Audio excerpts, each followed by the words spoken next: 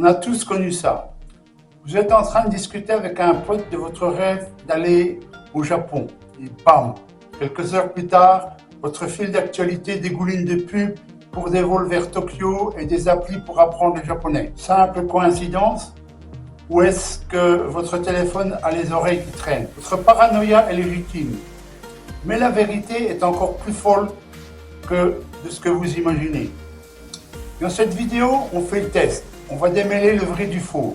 Et surtout, je vous donne le plan d'action pour transformer votre smartphone en une véritable forteresse. Non, vous n'êtes pas fou. Ce sentiment est partagé. Cette impression d'être sur écoute, on est des millions à la ressentir. C'est devenu une sorte de running gag un peu nerveux sur Internet. Mais derrière l'humour, il y a une vraie angoisse.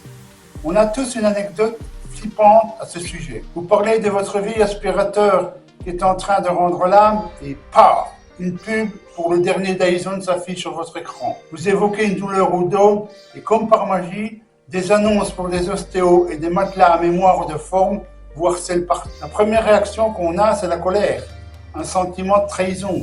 Notre téléphone, ce jardin secret qui contient nos photos, nos messages les plus intimes, serait en fait un espion à la solde des publicités. L'idée est révoltante et elle est tellement répandue qu'elle est devenue une légende urbaine de notre époque. On se sent observé et on finit par douter de tout. Chaque pub, étrangement pertinente, vient nourrir cette parano. Alors, on cherche des preuves. Mais quand est-ce que j'ai bien pu chercher un truc là-dessus? Je vais cliquer sur un lien sans me faire gaffe ou est-ce que la machine m'a tout simplement entendu? Cette question mérite une réponse claire. D'ailleurs, ça vous est déjà arrivé. Racontez-moi votre histoire la plus troublante dans les commentaires. On va voir à quel point c'est universel. Mais avant de céder à la panique et de coiffer un chapeau en papier d'alu, posons-nous les bonnes questions. Est-ce que c'est même possible, techniquement parlant? Et surtout, est-ce que les géants de la tech auraient vraiment intérêt à le faire? L'heure de l'enquête a sonné. Pourquoi l'écoute constante est un fantasme? Coûte cher. Ok, parlons technique.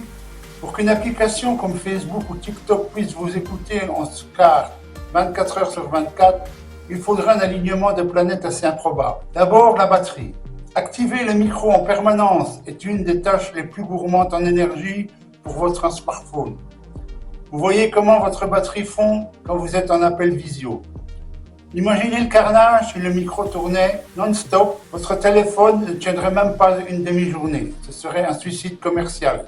Personne n'achèterait un appareil à recharger 3 fois par jour. Ensuite, les données mobiles. Enregistrer de l'audio, même super compressé, ça génère une montagne de données. Envoyer tout ça en continu sur des serveurs pour que ce soit analysé, ça représenterait des dizaines, voire des centaines de gigas par mois. Votre forfait data exploserait et vous le verriez direct sur la facture. Impossible de passer à côté. Et troisièmement, le traitement.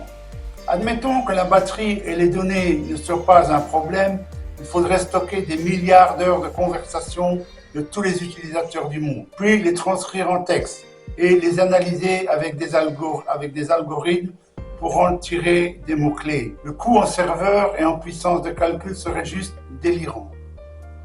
Des experts en cybersécurité ont fait le test des dizaines de fois. Ils ont placé des téléphones à côté d'eux, ont parlé de sujets précis, nourriture pour chat, voyage en Laponie, etc., sans jamais faire de recherche dessus. Et ont analysé le trafic réseau. Résultat, zéro. Aucune preuve technique d'une écoute clandestine n'a jamais été trouvée. Le trafic de données n'augmente pas et rien n'est envoyé au serveur de Meta ou Google. Alors, comment fonctionnent les OK Google et Dis Siri?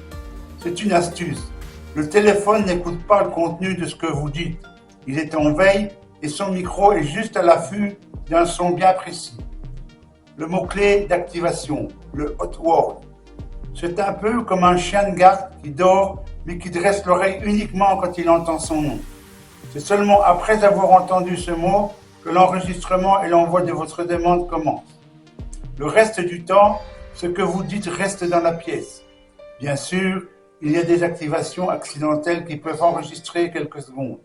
Mais ce sont des bugs, pas une surveillance organisée. La conclusion est donc sans appel. Non, Votre téléphone n'est pas un mouchard qui tend l'oreille pour vous vendre des trucs. La vérité, elle n'est pas dans ce complot un peu grossier. Elle est ailleurs. Elle est bien plus subtile et finalement bien pire. La réalité est pure et plus efficace. Si le micro est innocent, alors comment diable votre téléphone a-t-il deviné que vous vouliez partir au Japon? La réponse est glaçante. Il n'a pas besoin de vous écouter, parce qu'il vous connaît déjà mieux que votre propre mère. La véritable surveillance n'est pas audio, elle est contextuelle. C'est un puzzle géant, fait de toutes les miettes de données que vous laissez, que les algorithmes assemblent pour deviner vos intentions avec une précision chirurgicale. Le vrai coupable, ce n'est pas le micro, c'est tout l'écosystème d'applications que vous avez volontairement installé. Pensez-y, une application météo a-t-elle vraiment besoin de fouiller dans vos contacts? Un jeu mobile a-t-il besoin de votre position GPS en permanence? Non. Pourtant, on donne ces autorisations sans réfléchir. Les études montrent que bien plus de la moitié des applications mobiles ont un comportement intrusif, aspirant des données qui n'ont rien à voir avec leur fonction de base. Et cette collecte est massive. Votre position, l'historique de vos recherches, les vidéos que vous regardez, le temps passé sur une photo, les gens avec qui vous interagissez, les réseaux Wi-Fi que vous croisez. Tout est enregistré, analysé et croisé. C'est là que la magie noire opère. Les algorithmes publicitaires sont des maîtres de la corrélation. Reprenons l'exemple du Japon. Vous n'avez jamais tapé voyage Japon, mais peut-être que votre ami avec qui vous avez dîné hier soir, votre téléphone était au même endroit, connecté au même Wi-Fi, a cherché des vols pour Tokyo la semaine dernière. L'algorithme déduit que vous partagez des centres d'intérêt. Vous avez regardé 2 ou 3 vidéos sur l'art des jardins zen sur YouTube. Vous avez liké la photo d'un pote au pied du mont Fuji sur Instagram. Eh bien, l'algorithme sait que vous avez entre 30 et 40 ans, que vous habitez en ville et que statistiquement, les gens de votre profil qui font ce genre d'action planifient souvent un grand voyage. Prise isolément, aucune de ces infos n'est folle. Mais mise bout à bout, elle dresse un portrait ultra précis de vos désirs. L'algorithme n'a pas entendu votre conversation, il a juste connecté les points. La pub n'est pas une preuve d'écoute, c'est le résultat d'une déduction statistique surpuissante. En clair, pourquoi les GAFAM s'embêteraient à enfreindre la loi avec une écoute illégale quand on leur donne déjà les clés de notre cerveau sur un plateau d'argent? Votre forteresse privée en 5 étapes. Ok, le constat est un peu déprimant, on a l'impression d'être à poil. Mais la bonne nouvelle, c'est qu'on n'est pas condamné à être un livre ouvert. Vous pouvez reprendre le contrôle. Il est temps de transformer ce mouchard potentiel en forteresse privée. Voici le plan de bataille en 5 étapes simples. L'étape 1 est le grand audit des permissions. C'est la mesure la plus efficace. Prenez 15 minutes, allez dans les paramètres de votre téléphone, puis confidentialité ou gestionnaire d'autorisation. L'étape 1 est le grand audit des permissions. C'est la mesure la plus efficace. Prenez 15 minutes, allez dans les paramètres de votre téléphone, puis confidentialité ou gestionnaire d'autorisation. Passez en revue les accès sensibles, micro, caméra, localisation, contact. Pour chaque application, demandez-vous, en a-t-elle vraiment besoin pour fonctionner? Soyez sans pitié. Votre application de montage vidéo n'a pas besoin de vos contacts. Votre jeu de Sudoku n'a pas besoin de votre micro. Dans le doute, coupez. Et pour la localisation, choisissez toujours seulement si l'application est active. Jamais toujours. Dans l'étape 2, il faut éliminer votre matricule publicitaire. C'est votre plaque d'immatriculation de consommateur. Sur Android, allez dans Paramètres Google Annonces ou Confidentialité Annonces et choisissez Supprimer l'identifiant publicitaire. Sur iPhone, allez dans Réglages, Confidentialité et Sécurité, Publicité et Sécurité, Publicité Apple et désactiver Annonces personnalisées. Profitez-en pour aller dans Suivi et vérifier que Autorisé. Les demandes de suivi des applis est bien désactivées. Ça ne supprimera pas les pubs, mais elles deviendront génériques et beaucoup moins ciblées. Dans l'étape 3, vous devez adopter une hygiène numérique de fait. Faites le tri. Combien d'applications installées sur votre téléphone n'ont pas été ouvertes depuis l'élection précédente? Chacune est une porte d'entrée potentielle pour vos données. Désinstallez tout ce qui ne sert plus. Pour les nouvelles, téléchargez-les uniquement depuis les stores officiels, Play Store ou Application Store, qui font un ménage de plus en plus régulier dans les applications malveillantes. Dans l'étape 4, sécurité vos connexions. Évitez les réseaux Wi-Fi publics ouverts comme la peste. C'est un buffet à volonté pour les pirates. Si vous devez absolument en utiliser un seul réflexe, le VPN. Un VPN va chiffrer votre trafic et masquer votre adresse IP, ce qui rend votre navigation bien plus anonyme. Vous pensez aussi à des navigateurs qui protègent votre vie privée comme Brave, DuckDuckGo ou Qwant. Dans l'étape 5, attaquez-vous au quartier général. Vos comptes Google et Facebook. Le combat ne s'arrête pas au téléphone. Plongez dans les entrailles des paramètres de confidentialité de vos comptes Google et Meta. Vous y trouverez des options pour couper l'historique de localisation.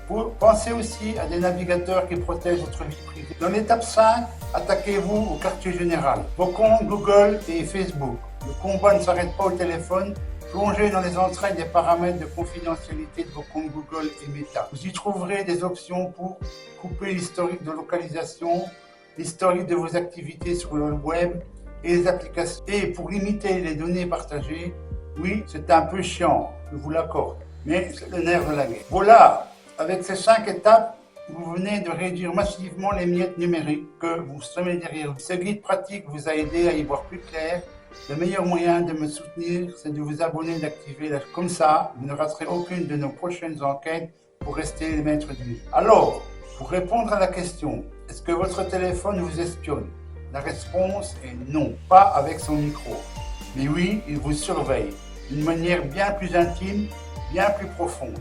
En fait, le mythe de l'écoute était presque confortable. C'était simple, un ennemi clair. La réalité, c'est que le système est beaucoup plus malin et qu'on y participe tous un peu. Mais la différence, c'est que maintenant, vous avez compris le jeu et vous avez les cartes en main pour construire votre propre forteresse numérique. Votre téléphone n'est pas l'ennemi, c'est un outil surpuissant. Et à partir d'aujourd'hui, c'est vous et vous seul qui fixez les règles.